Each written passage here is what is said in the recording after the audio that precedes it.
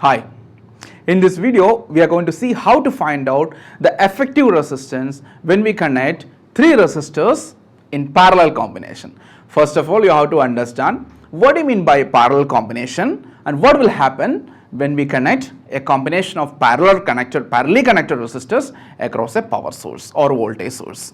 See, I will show you a circuit. Through that circuit, we will analyze what will happen to the current, what will happen to the voltage, everything. Look here.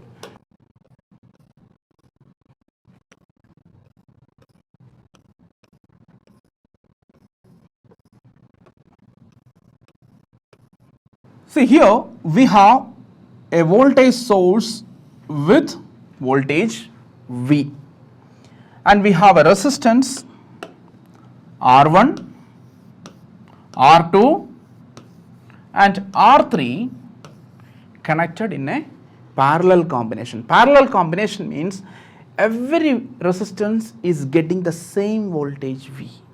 That is the idea. So between this point V, between this point also V, between R3 also V is available. Now the moment we complete this circuit, the current I will start flowing from the circuit, from the positive terminal of the battery. This current will come to this point. At this junction, current will divide into I1 here.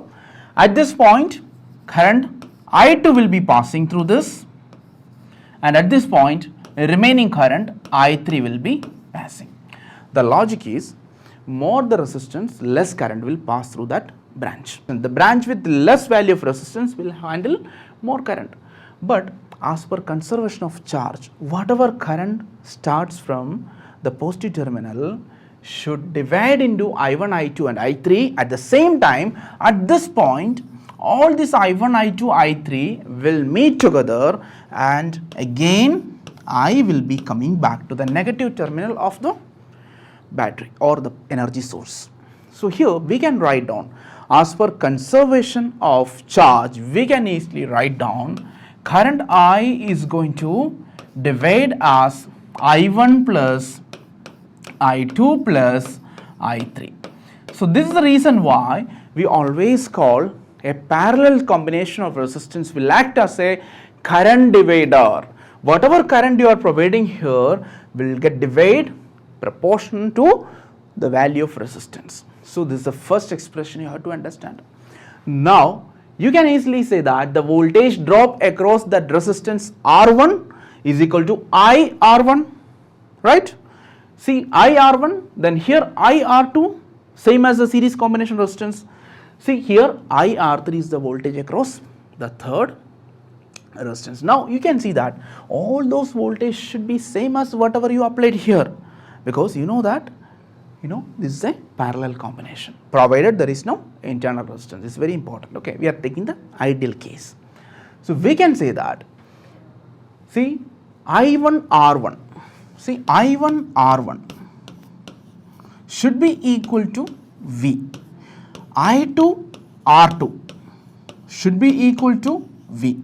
Again, I3 R3 should be equal to V, because the connection is parallel. See, assume that if you want to find out the effective resistance, there is a method. We can use this expression to find out that.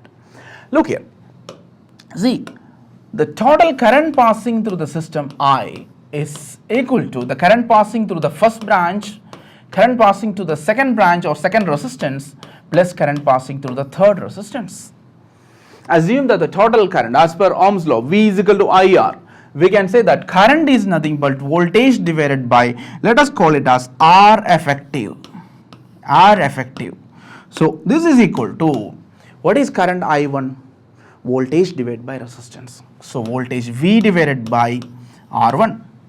Now here plus V divided by R2 plus V divided by R3. See, you can easily cancel out the V from here. See. So remaining, how much you will get? 1 by R effective is equal to 1 by R1 plus 1 by R2 plus 1 by R3. So we are getting a reciprocal relationship. 1 by R effective is going to be equal to 1 by R1 plus 1 by R2 plus 1 by R3. So, it's a very, very important relationship to find out the effective resistance when you are connecting 3 resistors in parallel combination. The same thing can be extended to n number of resistors. Assume that you have only 2 resistors. There is a simple shortcut available for this. See, for example, assume that you have only 2 resistors. 1 by R effective is going to be equal to 1 by R1 plus 1 by R2. You can easily find out that. See, this is same as R2 plus R1 divided by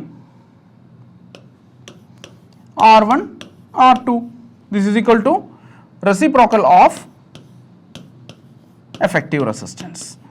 Or when you take the reciprocal of this quantity, you will get R effective is equal to R1 multiplied by R2 divided by R1 plus R2. It's very useful in most of the situations, most of the problems. You need this expression. It's very easy to come to the answer.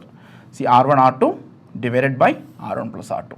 I hope all of you understood how a parallel combination of resistance act as a current divider and how to find out the effective resistance.